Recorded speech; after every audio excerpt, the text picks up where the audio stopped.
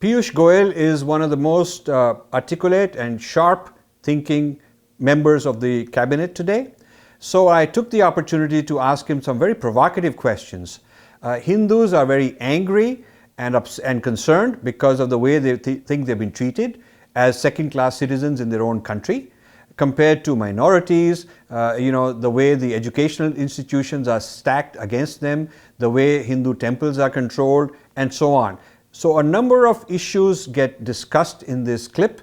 I want you to watch, make up your own mind on each one of them, and post your comments openly, courageously, and share with your friends, encourage them to join. A very controversial question is about minorities. And I have a position I want you to help me with. In our culture, there is no minority idea. We are all different communities and there is no majority who's trying to take over others. We're all kind of minorities in a sense. So this idea of minority has some interesting facets which trouble me. Somebody could be a local minority who is part of a global majority. So if you have a local McDonald's restaurant with 30 employees, you can't say it's a chota mota minority hai because they're part of a giant. And if you have a small office selling Microsoft, you can't say isme 5 log kaam kar rahe hain because it's part of a giant. So if a religious group has their appointments made from overseas, funding comes from overseas, the ideology comes from overseas, their benchmarks on how they are trained, they go overseas for training, they're like a subsidiary. So if we have rules on Pepsi-Cola subsidiaries or IBM subsidiaries in India, but the same rules are not applicable when the multinational happens to hide behind this Bhagwan ka kaam hai, it's God's work. So it's almost like if Coca-Cola could have said that this is a God's drink, God told us and we're selling God's drink, we could have said you're a minority here. This is kind of a bit of a sham. And then the second situation is where somebody is a sovereign country. Vatican is a sovereign country. So now when a sovereign country appoints bishops in every church, the bishops are appointed from the Vatican, they should be like consulates. They're consulates because a sovereign country has appointed somebody to represent them. They hire him, fire him, he reports to them, they fund him. So why is there the concept of a minority at all where the local numbers happen to be small, and even then they are not necessarily small in some states? So should we question the whole idea of minority? Well, I think we've mixed up politics, religion and economics in this question. Yes. I think it is a reality that in different states, or even if you look at it nationally, there are certain groups which are small in number, and the Indian ethos always was that everybody is equal and everybody is free to practice his religion as an individual in his home, in his private time. But when it comes to the nation, we are one, we are all Indians, and we all care for India as well-meaning citizens of this country. So I think what you are saying is a fair point in terms of the fact that we are all Indians and our first allegiance is to India, and I have no reason to doubt anybody from any community, whether majority or minority, believes that as Indians we are all one and the nation comes first. There will obviously be disparate elements, and that is there all over the world, who may have different viewpoints, who may have some expansionist tendencies. There may be instances like the one you said where funding from outside the country is used for promoting certain ideologies or certain religions. Such cases, there is a robust mechanism to address such cases. Disruptions, fragmentation, serious breaking India forces. Well, then it's important that we expose these forces. It's important that the public knows about such forces. That's why I wrote this book, Breaking India, which you turned into the concept of breaking India forces. And so now this is all over the place. We are finding, when I first wrote it, people said, "Arey, sensation kar rahe ho," and all that. But now it's all over. People are discussing the breaking India forces. Yes, and I'm glad that you are flagging off an issue which all Indians should be conscious about. Every country protects its territorial integrity and its own demography in such a way that there's no disruption, Yes. which is out of the ordinary. Yes. And I think an awareness about this subject that you are trying to create is very important, very good. But at the same time, I start from the premise that every Indian believes and loves this country first, believes that we have to all work as an Indian first. We should isolate the cases which are not working towards this mission. See them as an exception. I think we should see them as an exception. We have to address this problem. We cannot ignore it. Right. But we should not also allow this problem to color our vision about our fellow citizens. But are there systems in the country which are encouraging people to claim minority, claim they're being abused, claim that in order to get privileges? So for instance, RTE, the right to education, why is it biased against the majority? So it's not equal and symmetric for Hindus and minorities in terms of setting up institutions. Why couldn't they have said everybody can set up institutions? But why only minorities? I think this is a legacy issue. There have been many years and probably decades in this country where we didn't have the kind of thinking that we are trying to promote today, sabka saath, sabka vikas. Right. Where we are trying to break these barriers and say that everybody is entitled to good governance, everybody is entitled to an honest administration, everybody is entitled to the benefits of infrastructure which we are trying to create for the use of all citizens of this country. Everybody is entitled to a better quality of life. We are working towards that. But there have been legacy issues where possibly some sets of people suffered and were not able to enjoy the fruits of development equally. Let me give you an example. Sure. The Sindhi community came in from Pakistan, from Karachi side, Sindh region, right, and settled down in different parts of India. I have a large set of population in Mumbai or Ulhasnagar in that region, which came in from Sindh. Now when they came in from Sindh, they had actually left all their belongings and all their assets in Pakistan and came and settled down in and around Mumbai. At that point of time, they had to prepare their next generations to meet the challenges of tomorrow. And they set up several institutions, educational institutions. Today, those educational institutions have a minority status. It's a legacy issue from the partition days. All those days. Hindus are very prosperous. They are very prosperous, but they are prosperous on the back of these educational institutions, which was set up by community funding to help promote that community to come up in life. Otherwise, they were all paupers, they were all penniless. But if Hindus could also set up, they're not harming everybody else. If you say minorities can set up these educational institutions, then if Hindus can also do it, it's not at the cost of anyone else. It's not a zero-sum game that there's a finite number of institutions, and if you set up X Hindu institutions, it will be less for non-Hindus. So they should, if they said... I think in some sense this reflects the magnanimity that Hinduism has always stood for.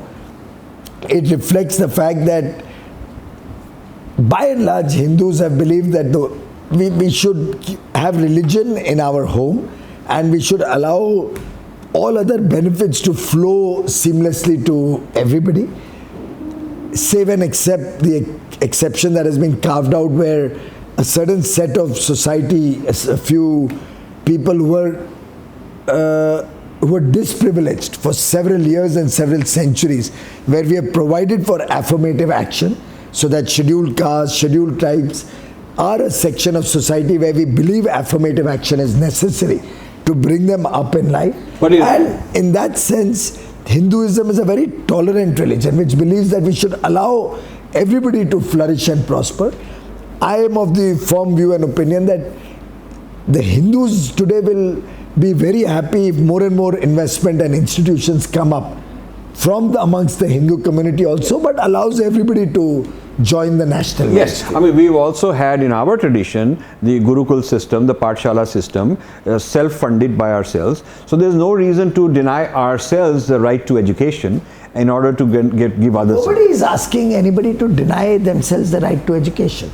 I mean, a certain affirmative action taken to allow certain people to work within their communities for a better future for their communities does not take away the right from the Hindus to also work in a similar fashion and develop institutions.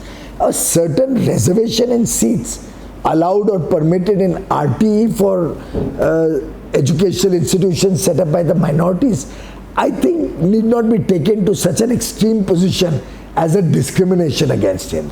But don't you think it's better to expand the capacity rather than reallocate it? Right now, Hindus feel that it's become more difficult for them to get... I don't think by and large all the Hindus feel that way. I think the Hindus are a tolerant community, and we should allow this sense of belonging that we want to create amongst everybody to India. This confidence that we want to generate amongst everybody that India is your country. Come, be happy, be comfortable, be... we are very tolerant to any religion wanting to develop and create their own, protect their own cultures. I don't think we need to be unduly worried as a large religion, as a religion which is the majority religion in this country.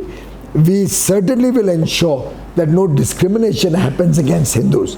But at the same time, certain affirmative action should be welcome. But controlling Hindu temples, government control of Hindu temples, is not helping any minority. And there is no advantage to the minorities that Hindu temples are administered by the government. Why not just get rid of that?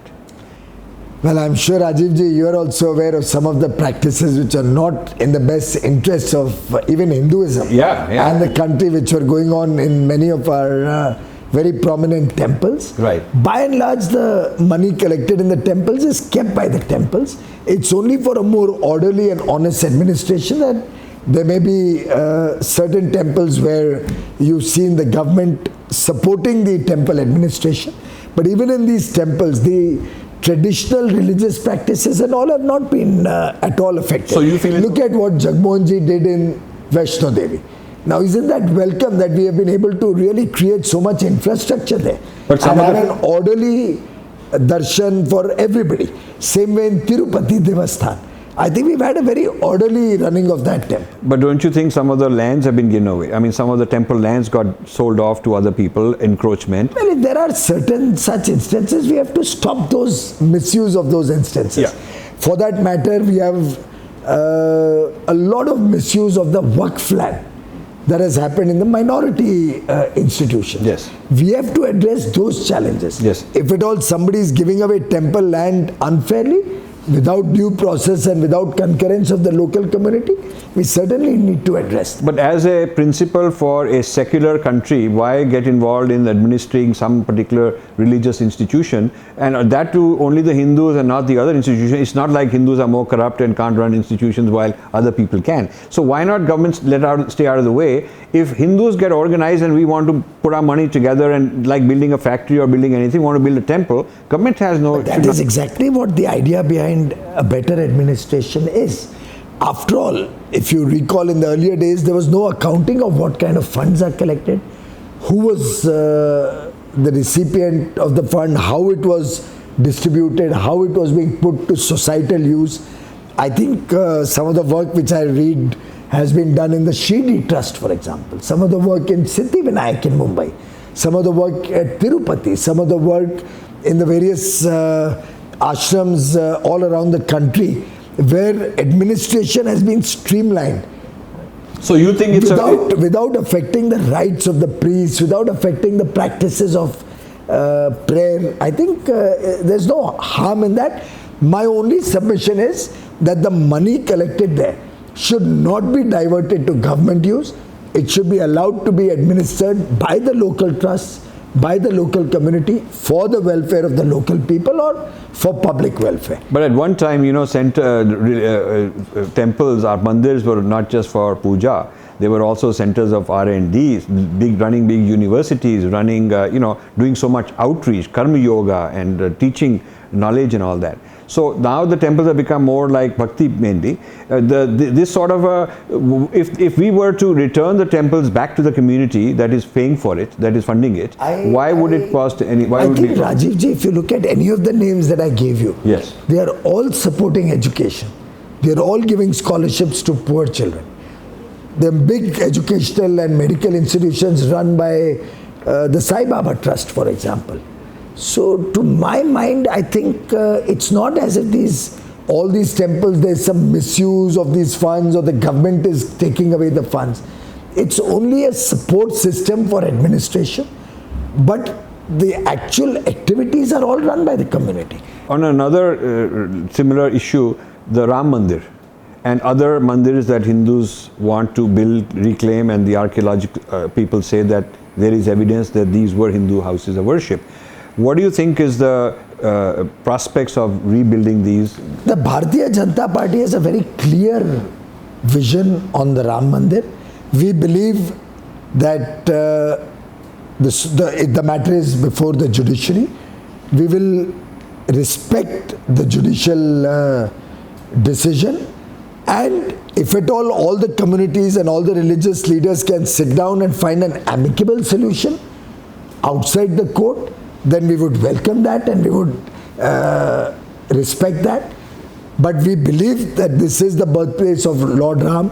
We believe that we want a very glorious temple to commemorate Lord Ram's birthplace should come up at the site where the temple was. That is our deep belief. That is the belief of every Hindu in this country. That is the belief of every part of the Bharatiya Janata Party, every member of the Bharatiya Janata Party. But we respect the rule of law, and we would ideally like to see a resolution either through consensus building or through a judicial decision. That's very good. And do you feel that Article 370, now that Kashmir is back in the news, do you feel that with Article 370 in place, we can solve the Kashmir problem, or do you think that has to be repealed? Well, I think Article 370 was brought into the Constitution for a certain situation at that point of time. The Bharatiya Janata Party has always believed that the Article 370 should not have been there. Shama Prasad Mukherjee gave up his life to ensure the unity and integrity and to make sure that Kashmir is a part of India and is not a state within a state.